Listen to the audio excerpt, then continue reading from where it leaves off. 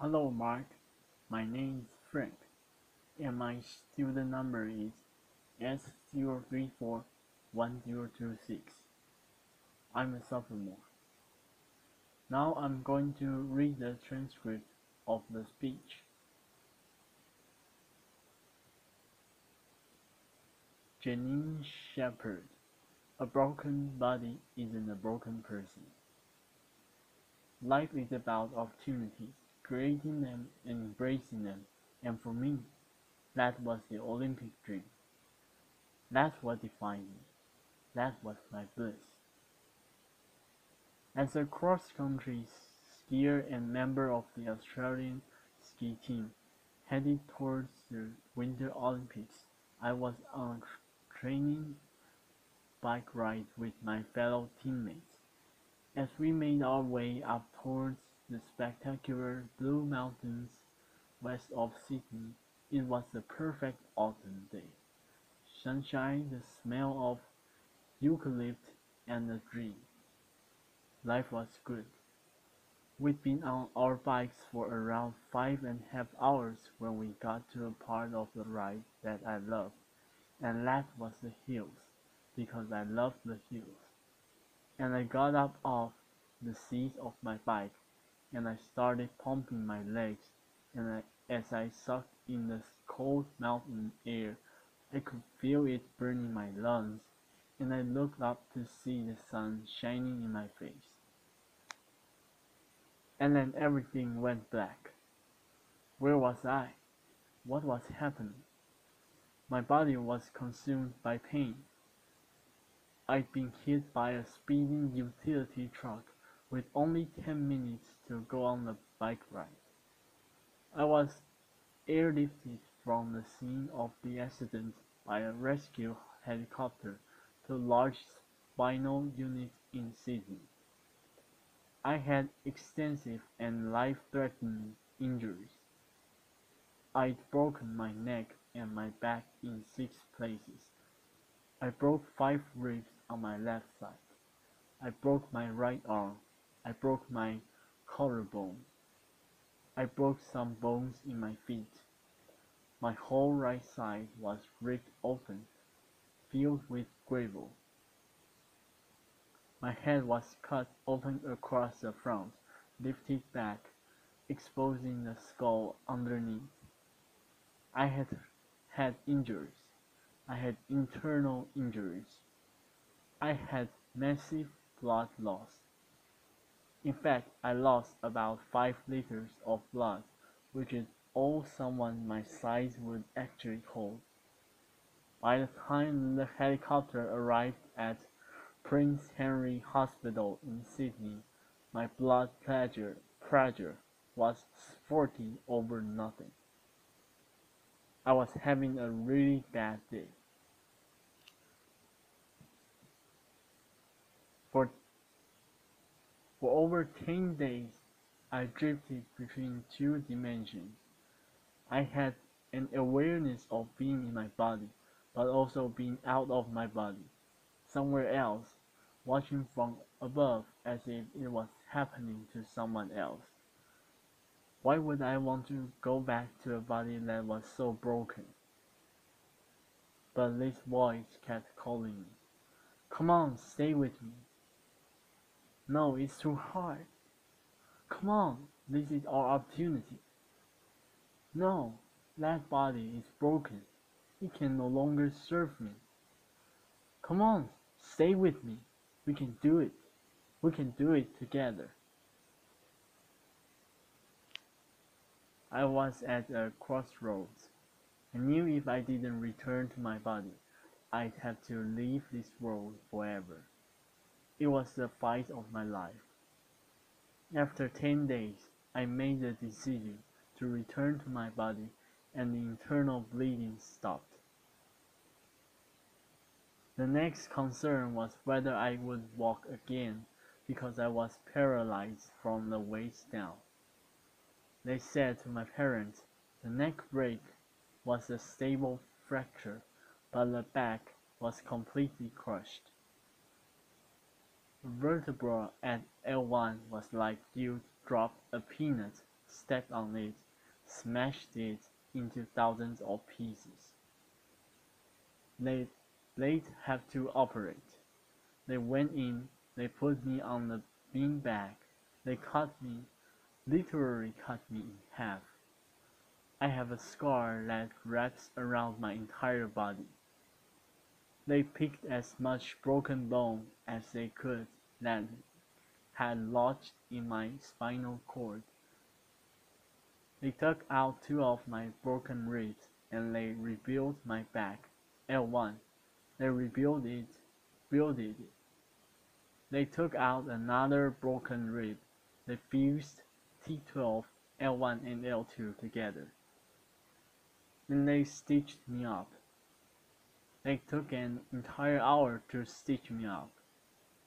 I woke up in intensive care, and the doctors were really excited that the operation had been a success because at that stage I had a little bit of movement in one of my big toes, and I thought, great, because I'm going to the Olympics. I had no idea. That's the sort of thing that happens to someone else, not me, surely.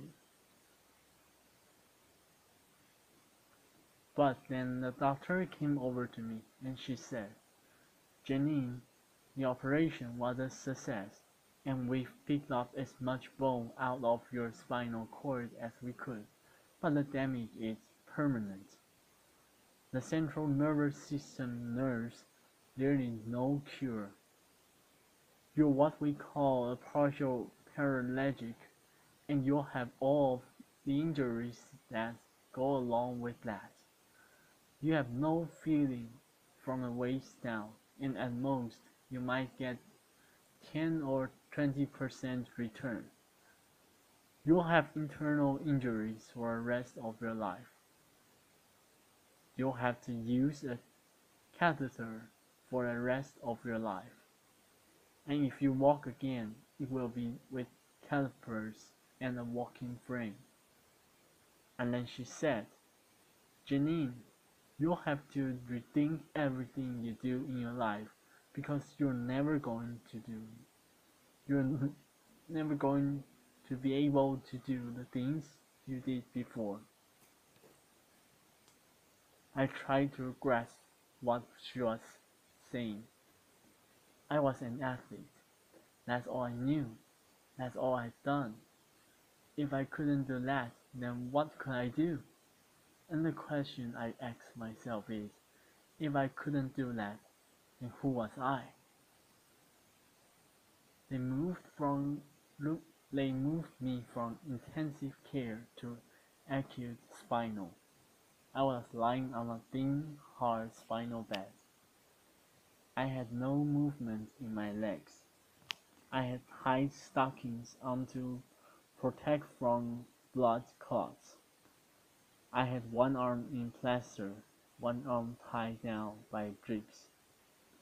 I had a neck brace and sandbags on either side of my head, and I saw my world through a mirror that was suspended above my head.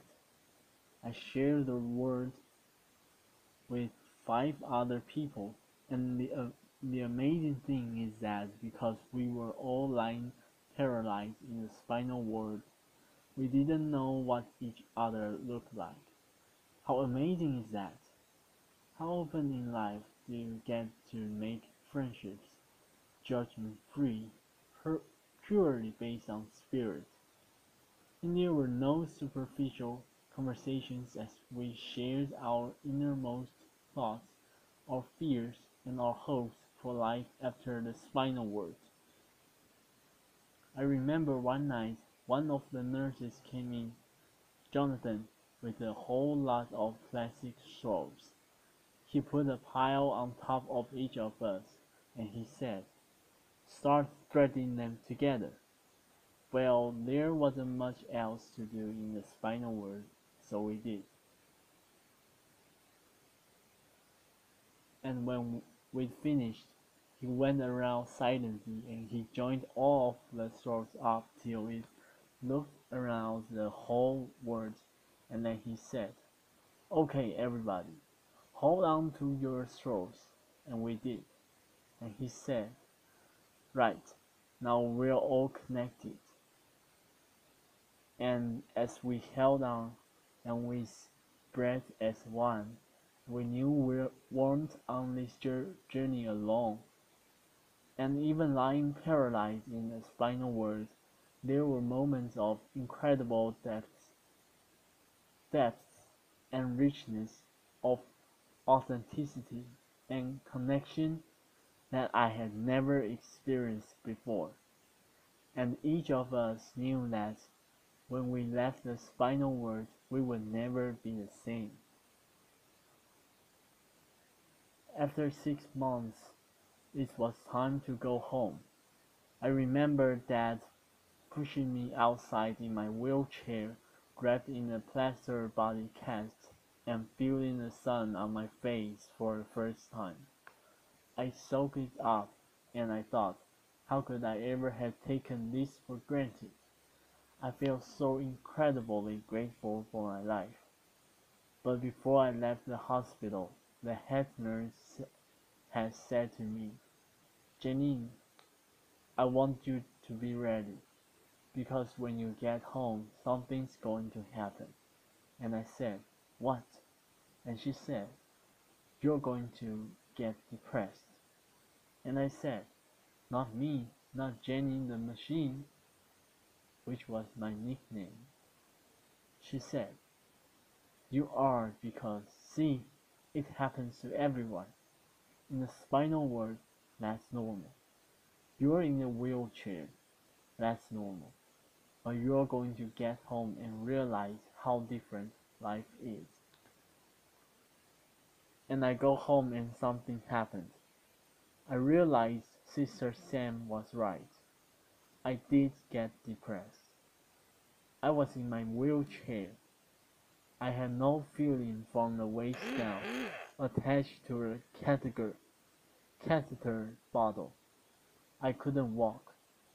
I'd lost so much weight in the hospital. I now weighed about 80 pounds. And I wanted to give up. All I wanted to do was put my running shoes on and run out the door. I wanted my old life back. I wanted my body back.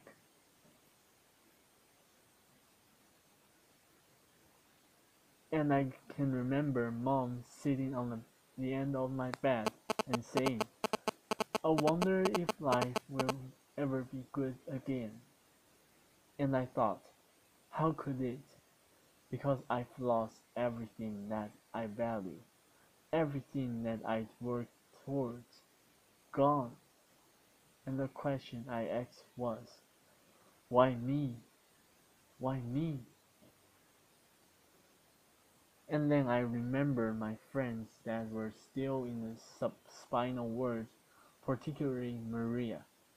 Maria was in a car accident and she woke up on her 16th birthday to the news that she was a complete quadriplegic, had no movement from the neck down, had damage to her vocal cords, and she couldn't talk.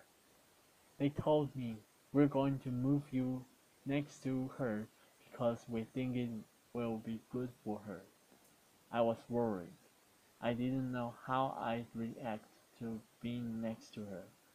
I knew it would be challenging, but it was actually a blessing, because Maria always smiled.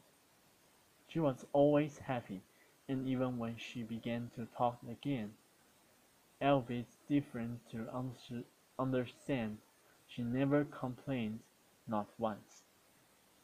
And I wondered how has she ever found that level of acceptance. And I realized that this wasn't just my life, it was life itself. I realized that this wasn't just my pain, it was everybody's pain.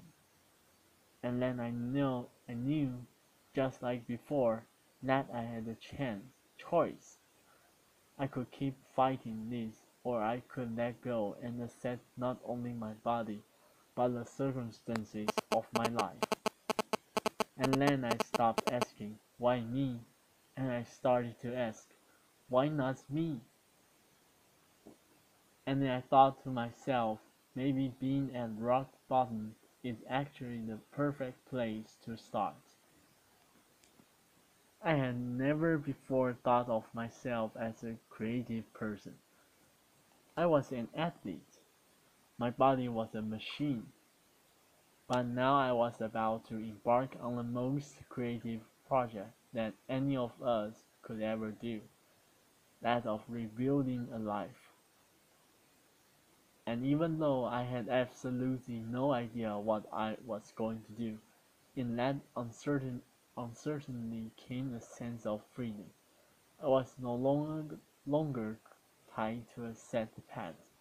I was free to explore life's infinite possibilities, and that realization was about to change my life.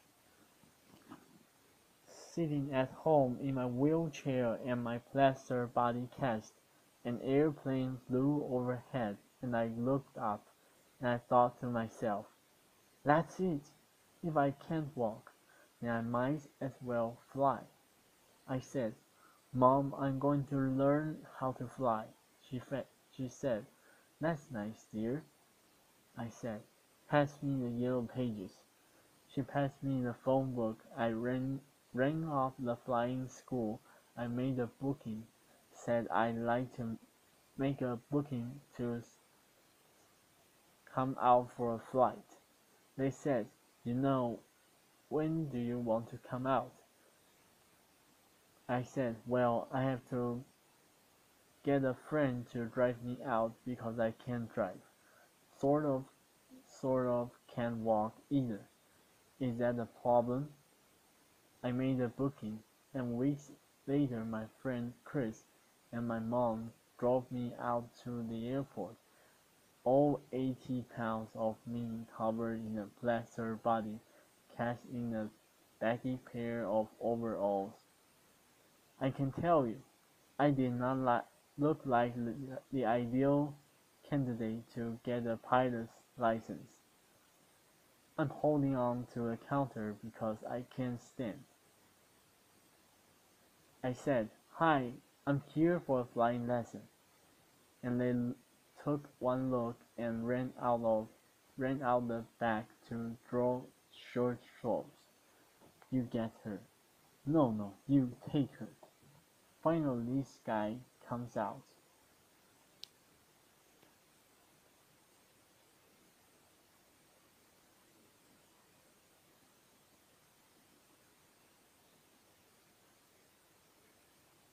He goes, "Hi, I'm Andrew. Am I going to take you flying?" I go, "Great." And so they drive me down. They get me out on the tarmac, and there was this red, white, and blue airplane. It was beautiful. They lifted me into the cockpit. They had to slide me up on the wing, put me in the cockpit. They set me down. There are buttons and dials everywhere. I'm going, "Wow, how do you ever know what all these buttons and dials do?" Andrew, the instructor, got in the front, started the airplane up. He said, "Would you like to have a go at taxiing?" That's when you use your feet to control the rudder pedals to control the airplane on the ground, I said. "No, I can't use my legs." He went, "Oh," I said, "but I can use my hands," and he said, "Okay." So he got over to a runway and he applied the power. And as we took off down the runway and the wheels lifted up off the tarmac and we became airborne, I had the most incredible sense of freedom.